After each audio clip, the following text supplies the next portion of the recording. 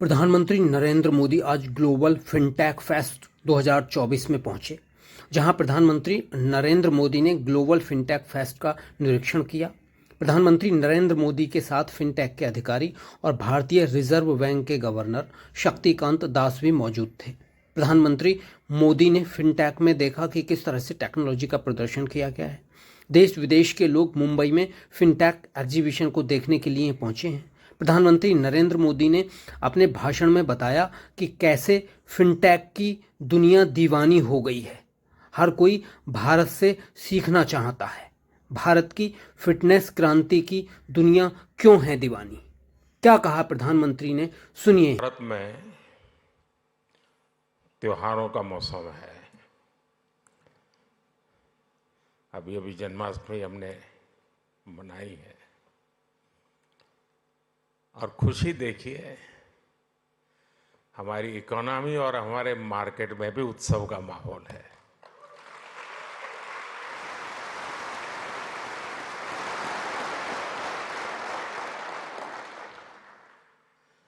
इस festive mood में ये ग्लोबल फिनटेक फेस्टिवल हो रहा है।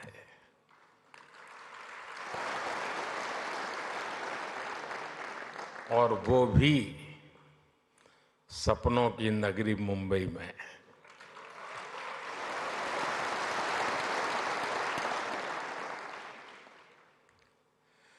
मैं देश और दुनिया से आए यहाँ सभी मेहमानों का अभिनंदन करता हूँ, स्वागत करता हूँ।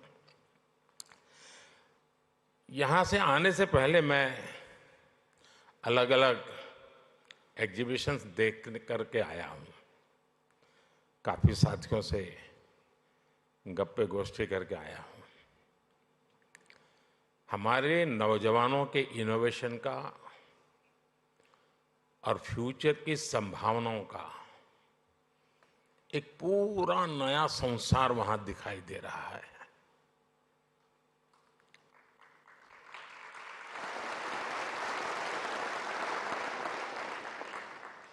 चलिए, आपके काम के लिए मैं शब्द बदलता हूं। एक पूरी नई दुनिया दिखाई दे रही है।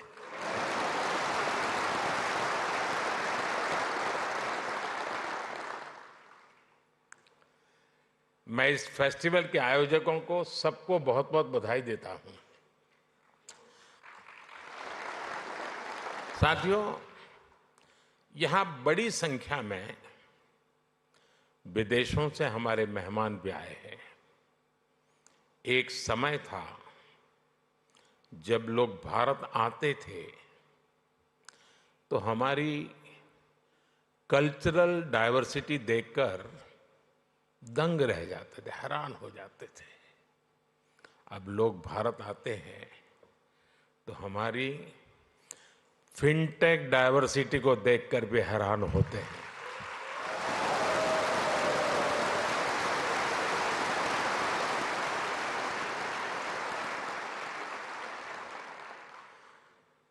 एयरपोर्ट पर लैंड करने से लेकर स्ट्रीट फूड और शॉपिंग एक्सपीरियंस तक भारत की फिनटेक क्रांति चारों तरफ दिखती है।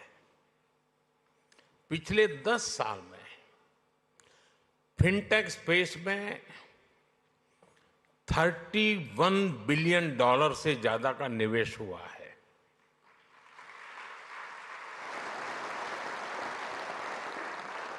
दस साल में हमारे फिनटेक स्टार्टअप्स में 500% वृद्धि हुई है।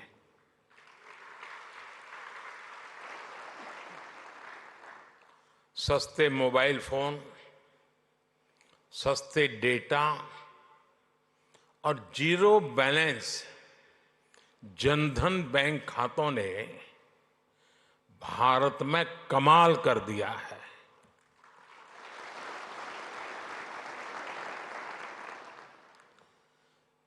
आपको याद होगा, कुछ लोग पहले पूछते थे, पार्लियामेंट में खड़े होकर के पूछते थे और अपने आप को बहुत विद्वान मानने वाले लोग पूछते थे।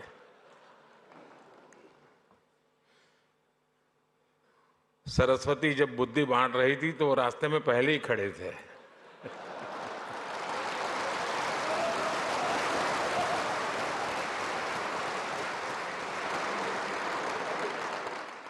और क्या कहते थे?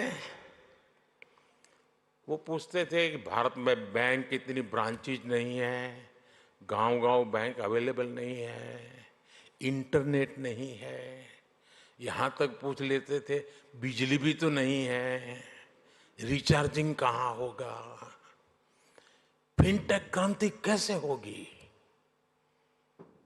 ये पूछा जाता था। और मुझ जैसे एक चाय वाले को पूछा जाता था।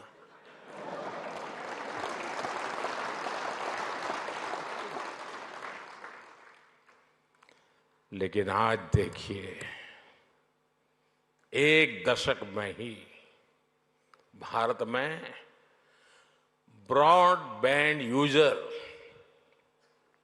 60 मिलियन यानी 6 करोड़ से बढ़कर 940 मिलियन यानी करीब 94 करोड़ हो गए।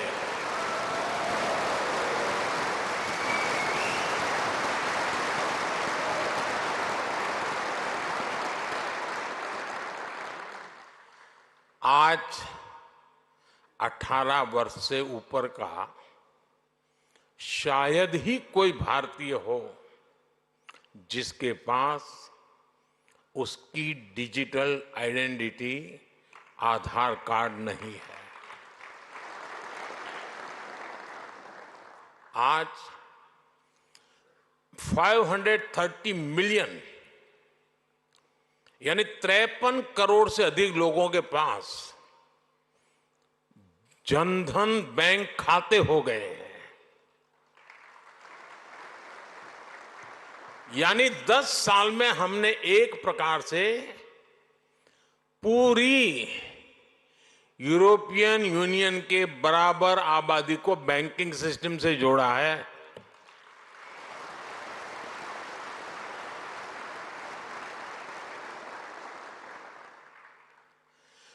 साथियों, जनधन, आधार, मोबाइल की इस ट्रिनिटी ने एक और ट्रांसफॉर्मेशन को गति दी है।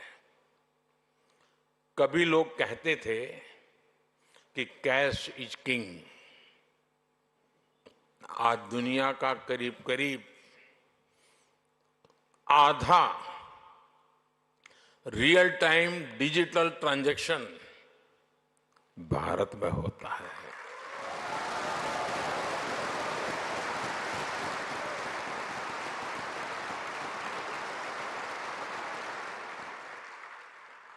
पूरी दुनिया में भारत का यूपीआई फिनटेक का बहुत बड़ा उदाहरण बन गया है। आज गांव हो या शहर, सर्दी हो या गर्मी, बारिश हो या बर्फ गिर रही हो, भारत में बैंकिंग सर्विस 24 घंटे, 7 दिन, 12 महीने चलती रहती है। कोरोना के इतने बड़े संकट के दौरान भी भारत दुनिया के उन देशों में था जहां हमारी बैंकिंग सर्विस बिना किसी दिक्कत के चलती रही।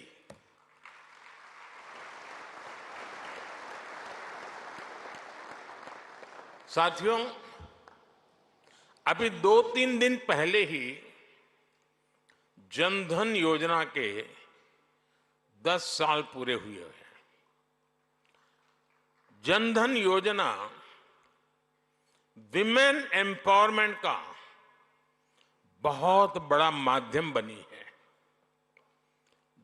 जनधन योजना के चलते करीब 290 मिलियन यानी 29 करोड़ से ज्यादा महिलाओं के बैंक खाते खुले हैं। इन खातों में महिलाओं के लिए सेविंग्स और इन्वेस्टमेंट के लिए नए अवसर बनाए हैं। इन्हीं जन धन खातों की फिलॉसफी पर हमने माइक्रो फाइनेंस की सबसे बड़ी स्कीम मुद्रा लॉन्च की। इस स्कीम से अभी तक 27 ट्रिलियन रुपए से अधिक का क्रेडिट दिया जा चुका है। 27 ट्रिलियन। इस स्कीम की करीब 70% बेनिफिशियरी महिलाएं हैं।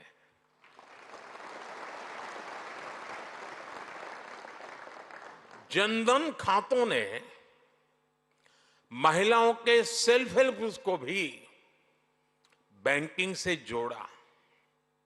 इसका फायदा आज देश की 10 करोड़ रूरल विमेन को मिल रहा है।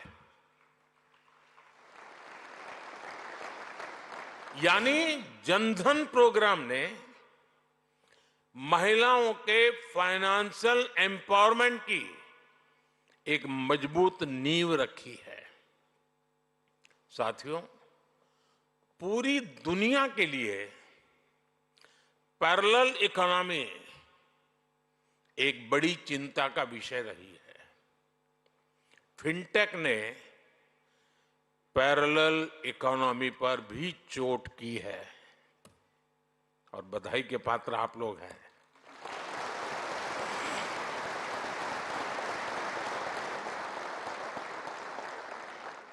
आपने ये भी देखा है कि कैसे हम भारत में डिजिटल टेक्नोलॉजी से ट्रांसपेरेंसी लेकर आए हैं। आज सरकार की सैकड़ों स्कीम्स के तहत डायरेक्ट बेनिफिट ट्रांसफर किया जाता है। इसमें सिस्टम से लीकेज बंद हुई है। आज लोगों को फॉर्मल सिस्टम से जुड़ने में अपना लाभ नजर आता है। साथियों, भारत में फिनटेक की वजह से जो ट्रांसफॉर्मेशन आया है वो सिर्फ टेक्नोलॉजी तक ही सीमित नहीं है। इसका सोशल इंपैक्ट बहुत व्यापक है। इससे गांव और शहर की खाई को ब्रीच करने में मदद मिली है। कभी हमारे यहां बैंक की सर्विस लेने में ही एक पूरा दिन लग जाता था। एक किसान के लिए, एक मछुआरे के लिए, एक मिडिल क्लास परिवार के लिए ये बहुत बड़ी मुसीबत थी। फिनटेक ने इस समस्या को दूर किया। कभी बैंक सिर्फ एक बिल्डिंग तक सीमित हुआ करते थे, आज बैंक हर भारतीय के मोबाइल में सिमट गए हैं।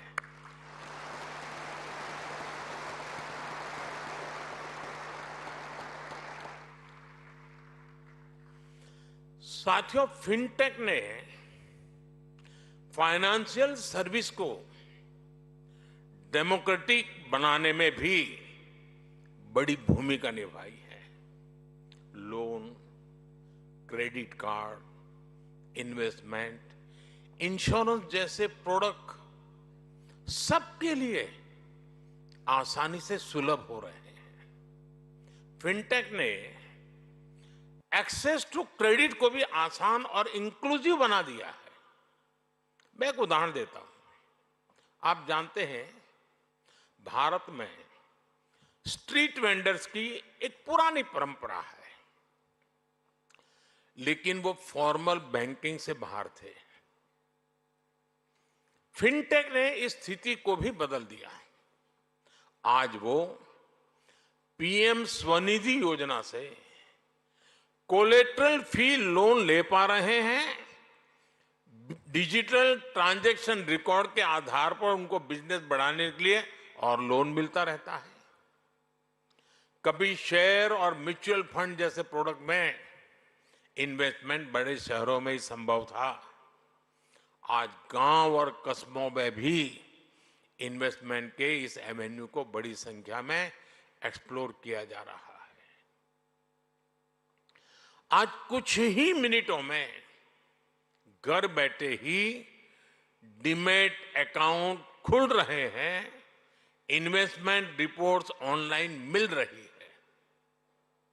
आज बड़ी संख्या में भारतीय रिमोट हेल्थ केयर सर्विस ले रहे हैं, डिजिटली ऑनलाइन पढ़ाई कर रहे हैं, स्किल सीख रहे हैं।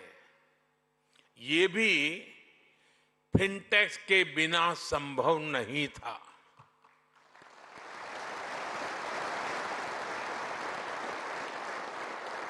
यानी भारत की फिनटेक क्रांति dignity of life, quality of life उसको बेहतर बनाने में भी बड़ा रोल निभा रही है। साथियों, भारत की फिनटेक क्रांति की उपलब्धि सिर्फ इनोवेशंस के लिए ही नहीं बल्कि एडॉप्शन लेकर के भी है।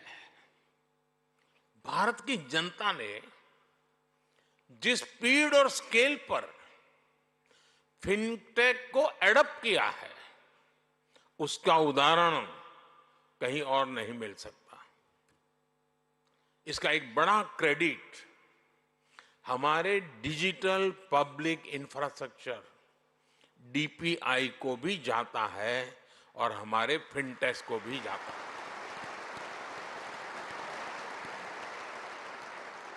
देश में इस टेक्नोलॉजी को लेकर ट्रस्ट पैदा करने के लिए अद्भुत इनोवेशन किए गए हैं। क्यूआर कोड्स के साथ साथ साउंड बॉक्स का उपयोग ऐसा ही इनोवेशन है।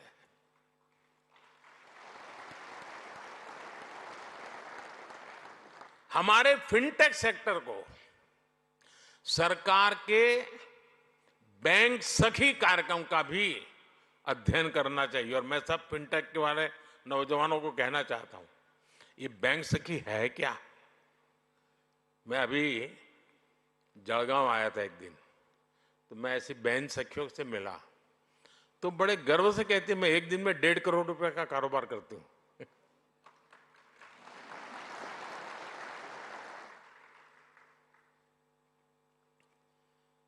क्या कॉन्फिडेंस! और एक गांव की महिला थी वो।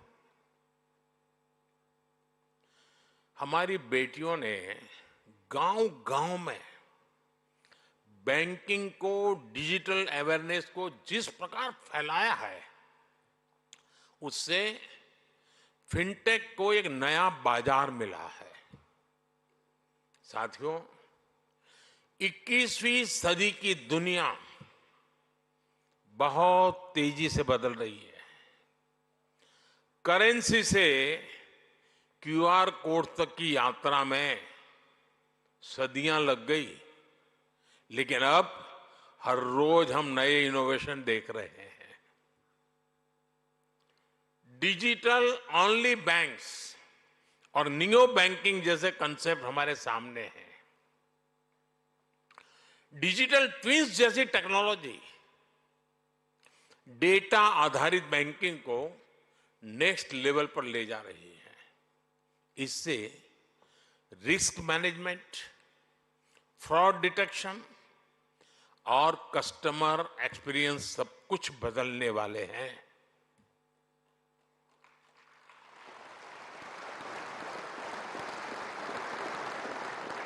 मुझे खुशी है कि भारत भी लगातार नए फिनटेक प्रोडक्ट्स लॉन्च कर रहा है।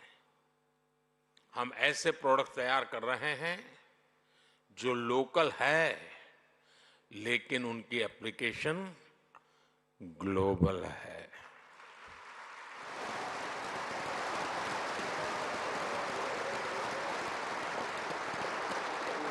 आज ओएनडीसी यानी open network for digital commerce online shopping को इंक्लूसिव बना रहा है। ये छोटे बिजनेस, छोटे एंटरप्राइजेस को बड़े अवसरों से जोड़ रहा है। अकाउंट एग्रीगेटर्स लोगों और कंपनियों का कामकाज आसान करने के लिए डेटा को यूज कर रहे हैं। ट्रेड प्लेटफॉर्म की मदद से छोटी संस्थाओं की लिक्विडिटी और कैश फ्लो बेहतर हो रहे हैं। ई रूपी एक ऐसा डिजिटल वाउचर बना है जिसे कई रूपों में इस्तेमाल किया जा रहा है। भारत के ये प्रोडक्ट्स विश्व के दूसरे देशों के लिए भी उतने ही उपयोगी हैं। और इसी सोच के साथ हमने G20 प्रेसिडेंसी के दौरान global digital public infrastructure repository बनाने का प्रस्ताव रखा था, जिसे G20 मेंबर्स ने खुले दिल से स्वीकार किया था। मैं एआई के दुरुपयोग से जुड़ी आपकी चिंताओं को भी समझता हूं। इसलिए भारत ने एआई के एथिकल यूज के लिए ग्लोबल फ्रेमवर्क बनाने का भी आह्वान किया है। साथियों, फिनटेक सेक्टर की मदद के लिए सरकार पॉलिसी लेवल पर हर जरूरी बदलाव कर रही है।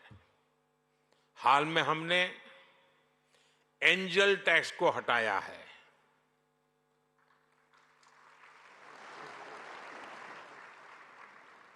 ठीक नहीं किया?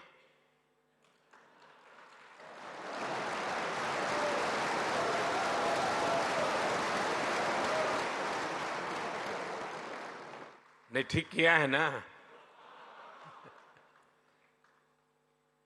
हमने देश में रिसर्च और इनोवेशन को बढ़ावा देने के लिए 1,00,000 करोड़ रुपए का फंड बनाने की घोषणा की है।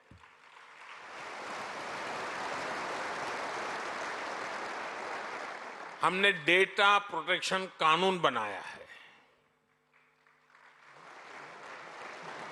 मेरी हमारे रेगुलेटर से भी कुछ अपेक्षाएं हैं।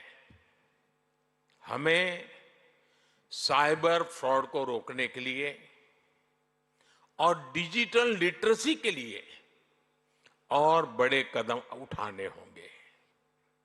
साइबर फ्रॉड स्टार्टअप्स की, फिनटेक्स की ग्रोथ में रुकावट न बने, ये ध्यान रखना भी उतना ही जरूरी है। साथियों, पहले के जमाने में बैंक डूबने वाली है या बैंक डूबी है या डूब जाएगी, ये बात फैलते हुए इम्पैक्ट होते होते 5-7 दिन निकल जाते थे। आज अगर किसी व्यवस्था में पता चला कि इस पर साइबर फ्रॉड है, 1 मिनट में मामला पूरा, वो कंपनी गई। फिनटेक के लिए बहुत जरूरी है। और साइबर सॉल्यूशन, उसका बाल मृत्यु बहुत जल्दी हो जाता है। कोई भी साइबर सॉल्यूशन निकालिए, उसका बेईमान लोग तोड़ निकालने में देर नहीं करते, तो उस सॉल्यूशन का बाल मृत्यु हो जाती है। फिर आपको नया सॉल्यूशन लेके आना पड़ता है। साथियों, आज सस्टेनेबल इकोनॉमिक ग्रोथ ये भारत की प्राथमिकता है।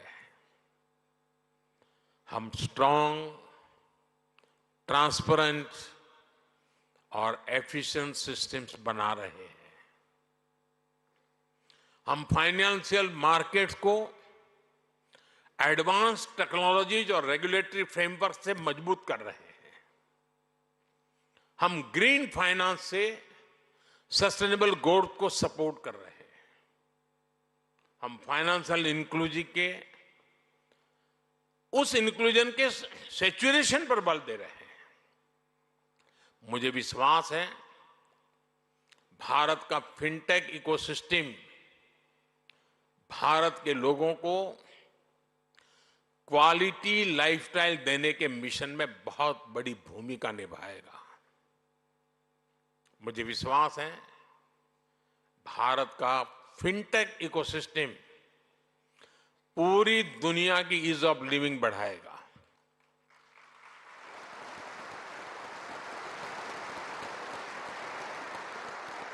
और मुझे मेरे देश के युवाओं की टैलेंट पे इतना भरोसा है और मैं कहता हूं, बड़े विश्वास से कहता हूं, our best is yet to कम।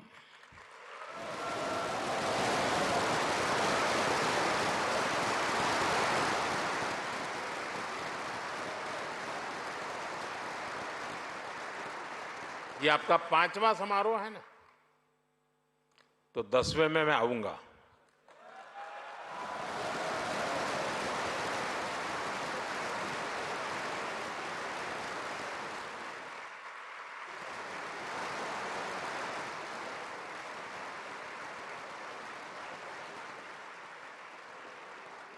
और तब आपने भी कल्पना नहीं की होगी, वहां पर आप भी पहुंचे होंगे दोस्तों।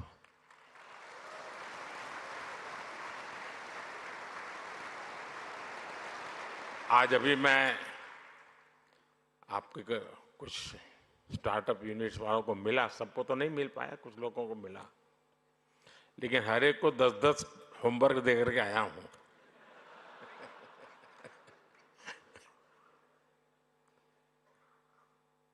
क्योंकि मैं समझ सकता हूं कि बहुत बड़ा बदलाव लाने वाला क्षेत्र है साथियों। एक बहुत बड़ा रिवॉल्यूशन हो रहा है और उसकी मजबूत नींव यहां हम देख रहे हैं।